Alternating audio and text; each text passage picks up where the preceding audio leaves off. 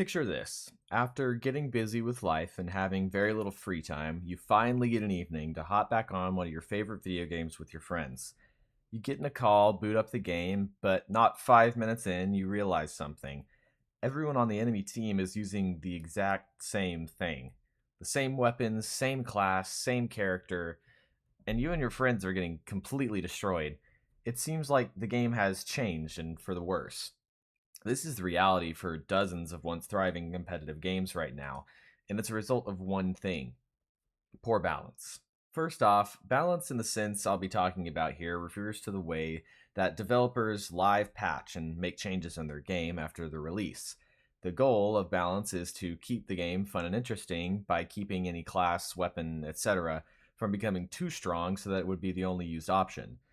The issue is, developers and players alike have never seemed to agree on how to achieve this balance. Let's get into the two main ways to approach game balance: statistics and player feedback.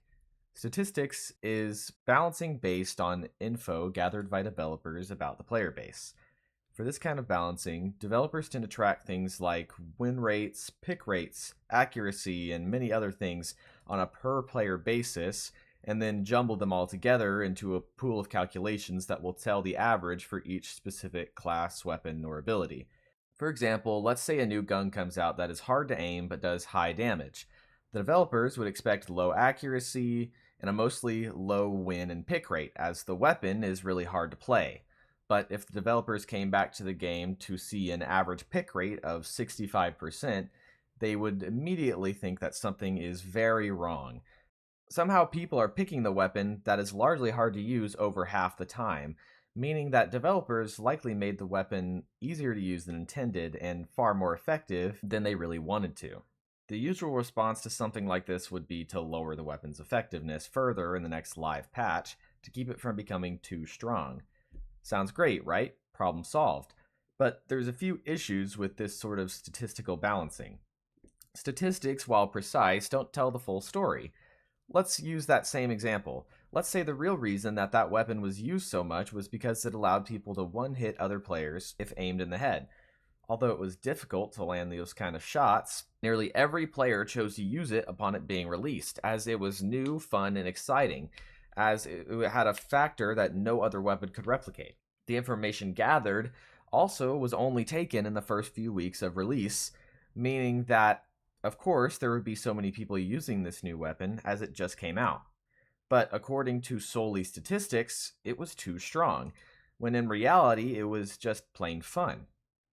As a result, you get a weapon that was never really too good in the first place, being made even worse in the next patch, leaving players feeling unsatisfied while the developers think they have a job well done.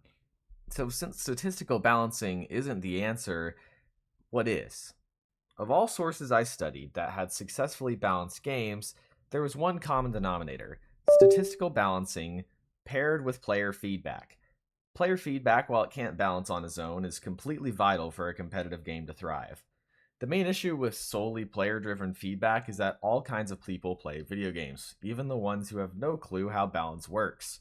Because of this, you obviously can't balance based on the latest angry Twitter post about your game.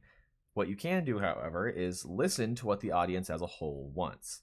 There are plenty of ways to do this, like polls, in-game ratings, etc., but the most important part of game balancing is learning to integrate both systems.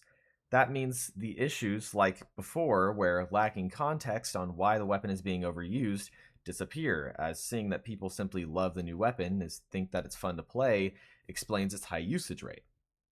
This balance also covers the other side, where big decisions won't be made using the random opinions of the loudest complainers on the internet. So the real answer to how to approach balance in competitive games, well, it's a mix.